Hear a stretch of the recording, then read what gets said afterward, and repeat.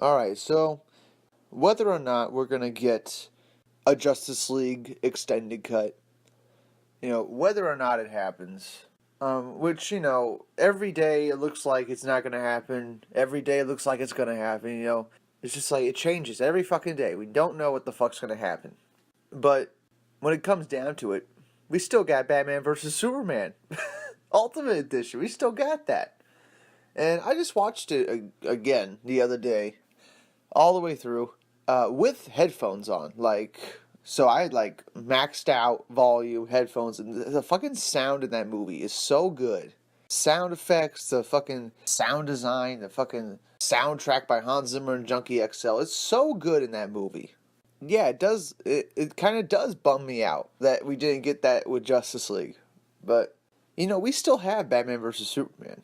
No matter what happens with Justice League, no matter if you liked it or you didn't like it, I mean, we still have this amazing film that's uber serious and uber dramatic. That's the thing about Man of Steel and BVS that I like. That it feels like DC's losing a little bit.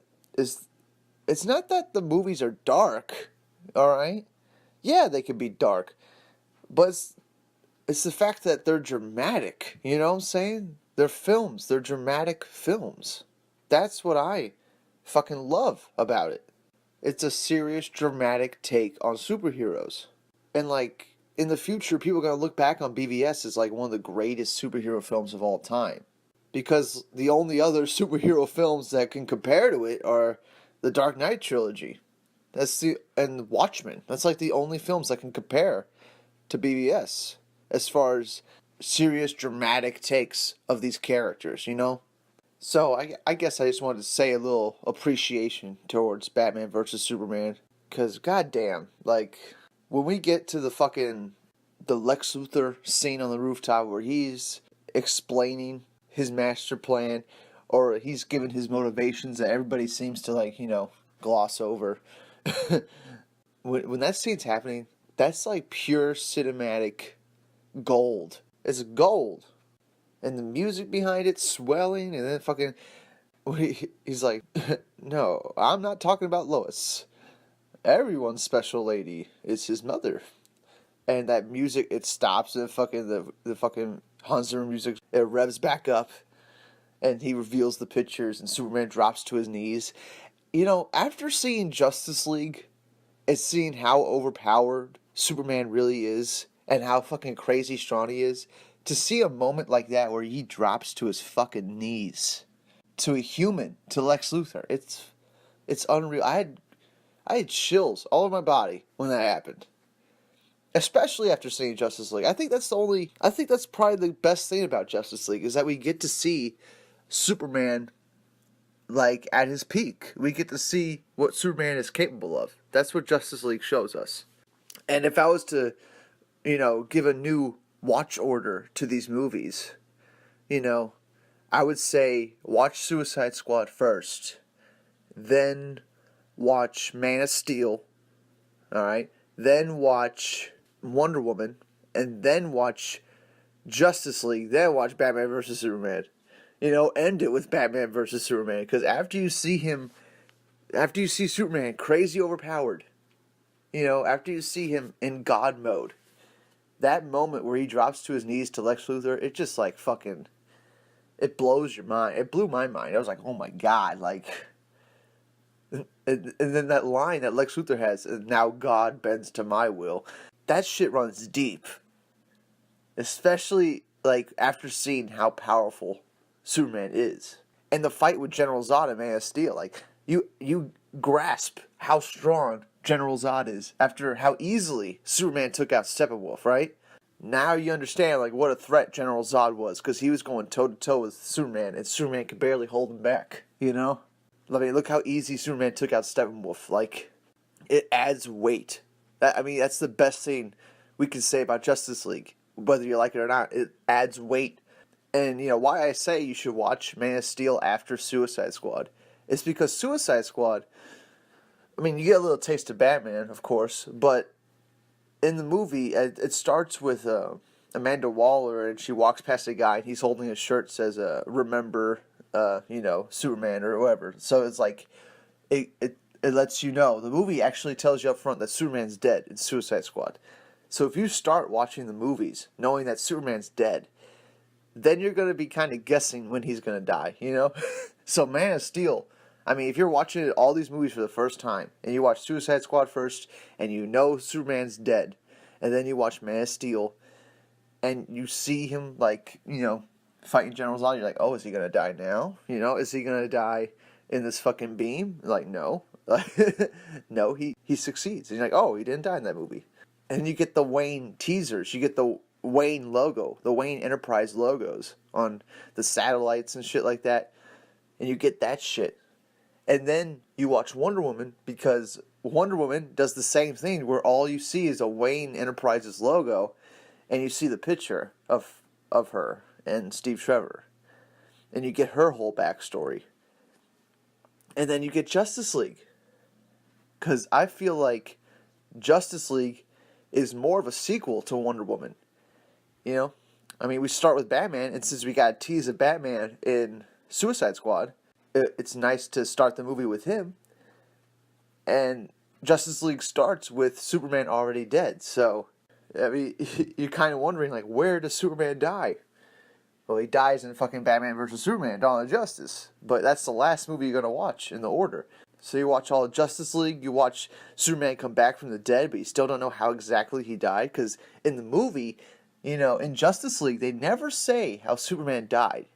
You just have to know that from Batman vs. Superman. You have to have seen Batman vs. Superman to know how he died. Which is, pretty awesome. So after you see Justice League and you have a fun adventure with the whole Justice League and everything, and you see Superman at his best, and you see Batman at his best, and you see Wonder Woman at her best, then you see Batman vs. Superman to end it, and you see them at their worst, you see them before they become those great heroes in Justice League. Batman's lost. I mean, it's such a contrast. The Batman in Justice League he's so much more level-headed, and like hopeful. And in Batman vs. Superman, he's so lost. It's like, you could tell, Ben Affleck does an amazing job portraying this Batman in BVS. And Alfred is sad. Like, you could tell how sad Alfred is that, Bruce Wayne is like this. That line in BVS is, so falls the house of Wayne. Like, Alfred's like, he thinks Bruce Wayne's already fallen, but he's going to stick by him till the end, right? And that then you get that other line later when Batman goes, I don't deserve you, Alfred. And he goes, no, you do not, sir. It all ties together beautifully. And then you see Superman die from Doomsday. And his last line before he dies is, I love you, Lois, like, you are my world. And that's some heavy shit. Because one of the main complaints with BVS was that the death of Superman wasn't earned because we didn't see enough of Superman. Well, if you watch the movies in this order that I'm talking about, right? If you see Man of Steel and Justice League before BVS, well, there you go. That fixes your problem that you had with it, right? That it wasn't earned. Because now we see Superman at his peak, at his prime. Man of Steel, Justice League, we see him at his best. And then we see him die in BVS. So, yeah. I mean, you can always watch the movies in the order they were released, but I think it's always funner to switch around the order, to switch around the series of events that you see. And, just watch Suicide Squad first, because you gotta get, it's the weaker one for sure. So you want to get that out of the way first. But then, then you got nothing but good movies. Then it's just all good movies from there. Yeah, I just don't know. I just want to talk about, that for a second. My new watch order, how much I appreciate and love Batman vs. Superman after seeing Justice League. And, for better or for worse that Justice League turned out to be, we still have Batman vs. Superman, Dawn of Justice. Like, we still got that movie. We might never get another movie like BVS. A serious, dramatic take of superheroes. It might never happen again. Between Marvel, DC, it might not happen again. And that's really fucked up and sad, but, we still have it, though. It's there forever. The movie's there forever. I will watch Dawn of Justice Batman versus Superman. I will watch this movie every year. You know what I'm saying? For the rest of my life, probably, because that's how good I like. I mean, that's how much I like it. That's how much I love the movie. I can memorize like most of the lines from the movie because it's well written. It's a very well written movie.